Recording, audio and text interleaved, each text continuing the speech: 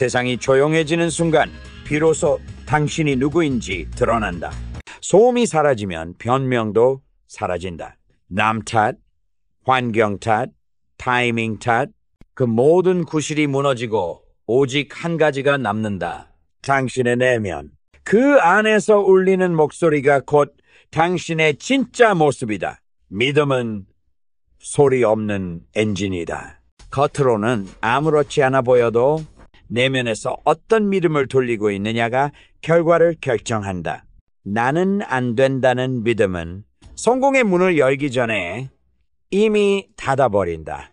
나는 된다는 믿음은 길이 없을 때조차 길을 만든다. 고요는 이 믿음의 실체를 드러낸다.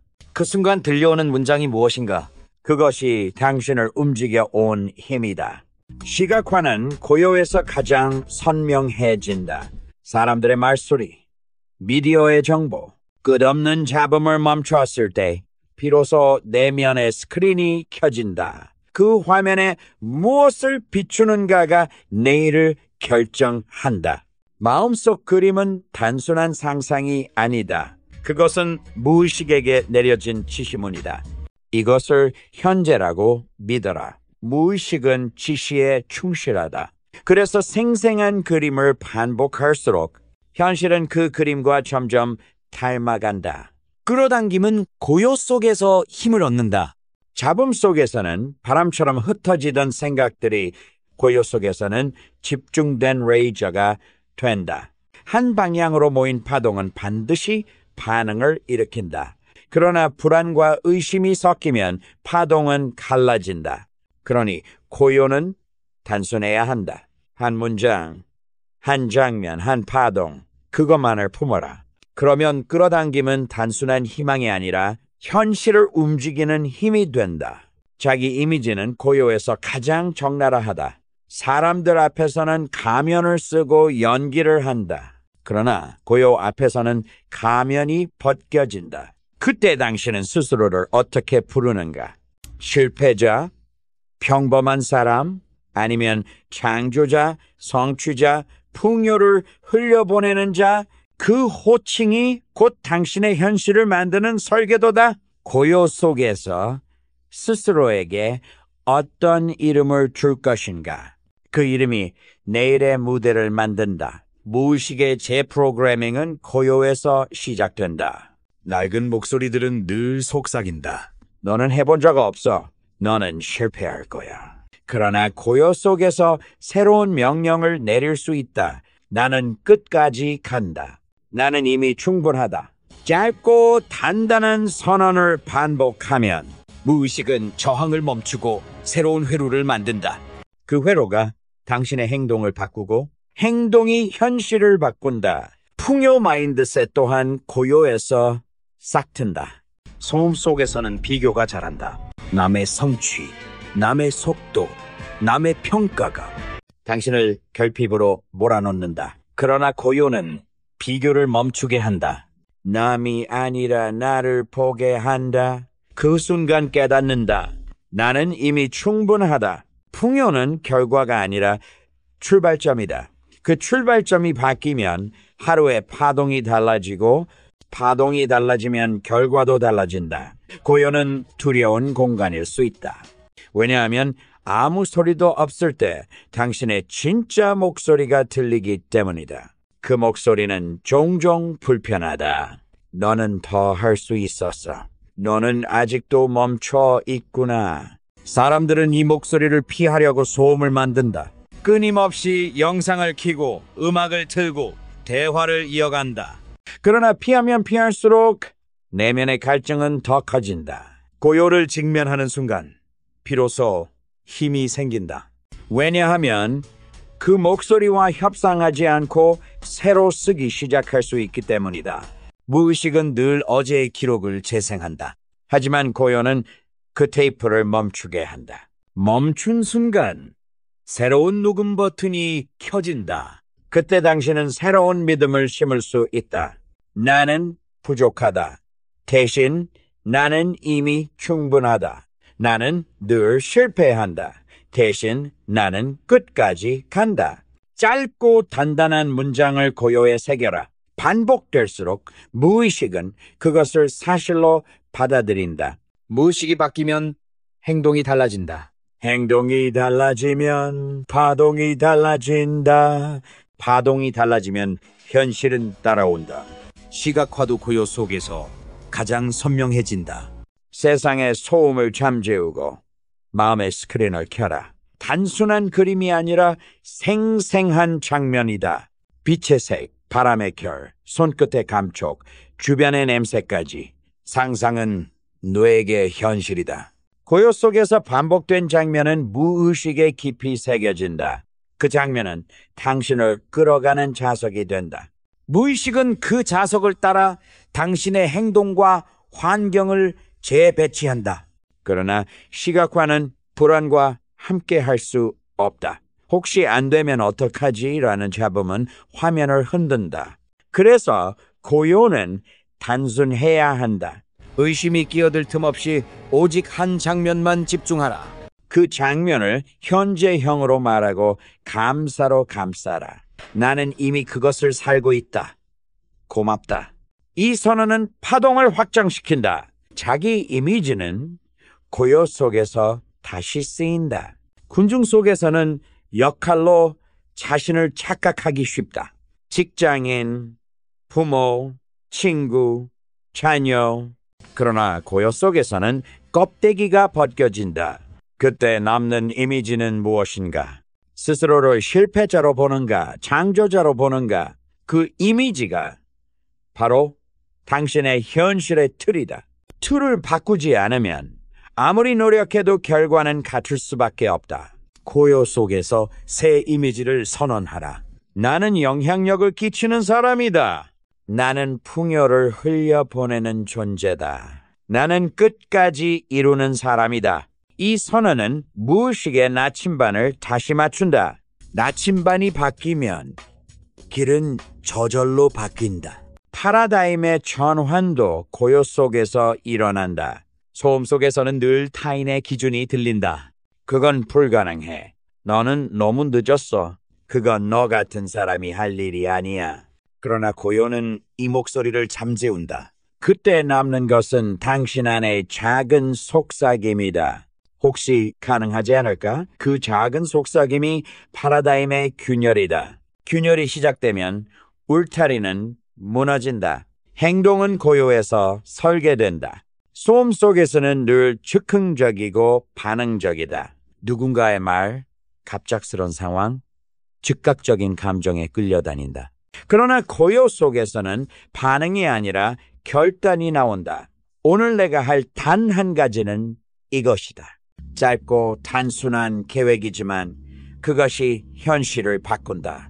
왜냐하면 집중된 행동은 흩어진 100가지 노력보다 강하기 때문이다. 감사는 고요에서 가장 크게 울린다.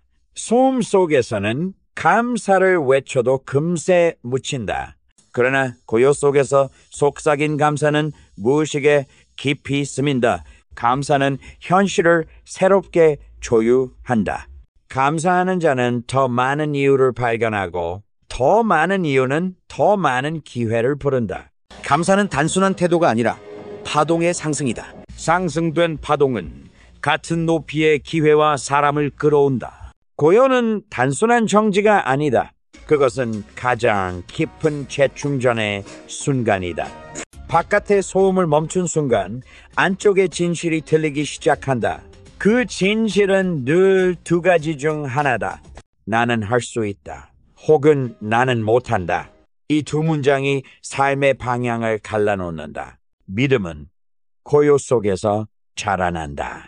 소음 속에서는 남의 말이 더 크게 들리지만 고요 속에서는 내 목소리가 커진다. 그 목소리를 어떤 언어로 채우느냐가 전부다.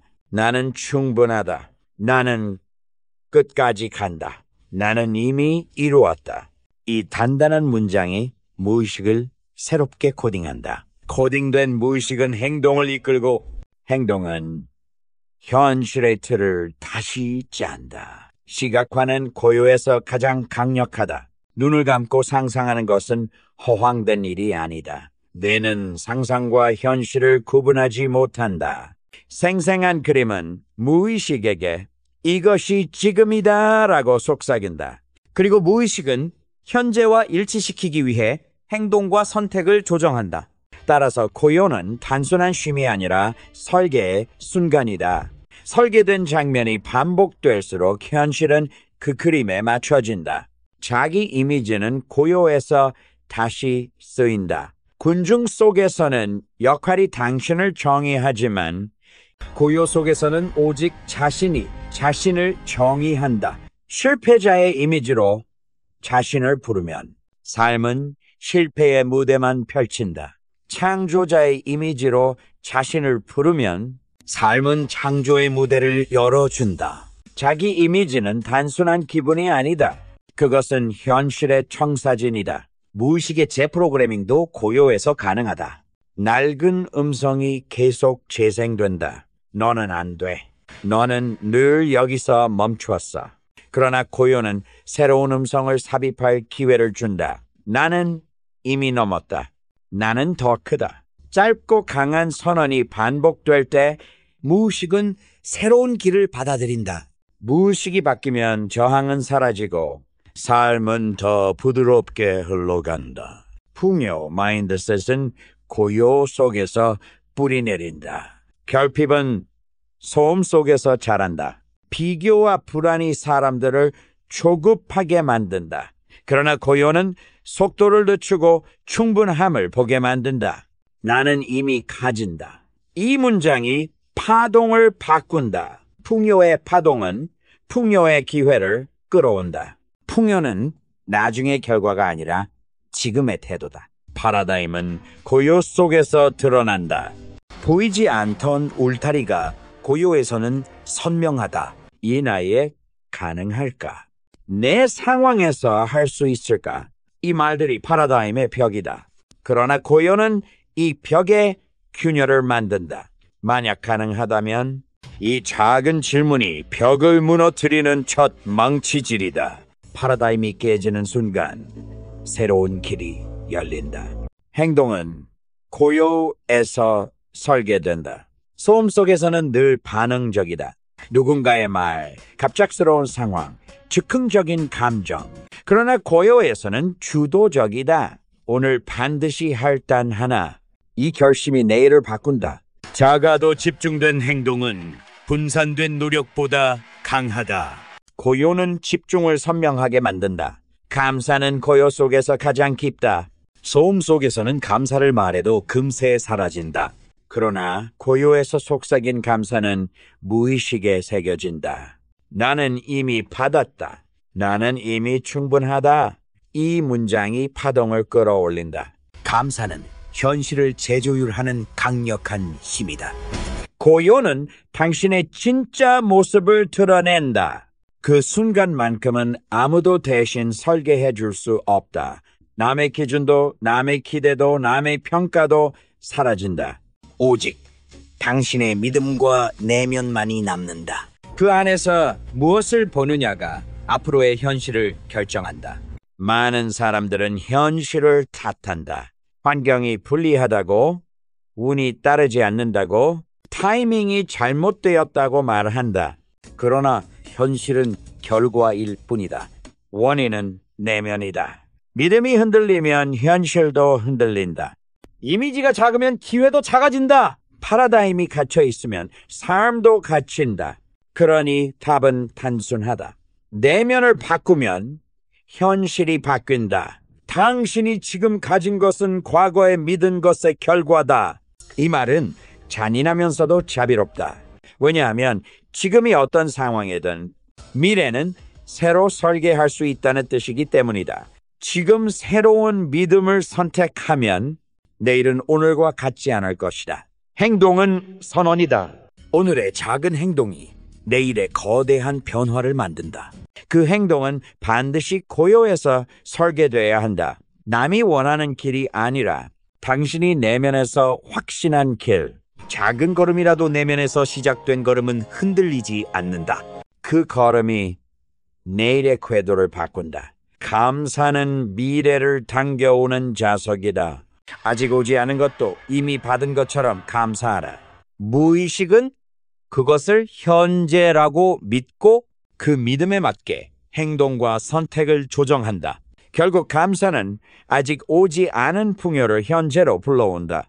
감사는 단순한 태도가 아니라 현실 창조의 기술이다. 지속 가능한 성공은 속도의 문제가 아니다. 호흡의 문제다. 고요 없이 달리기만 하면 번아웃은 필연이다.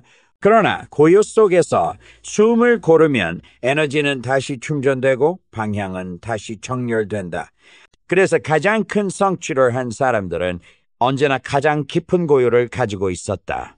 고요는 사치가 아니라 필요다. 고요가 깊을수록 성공은 오래간다.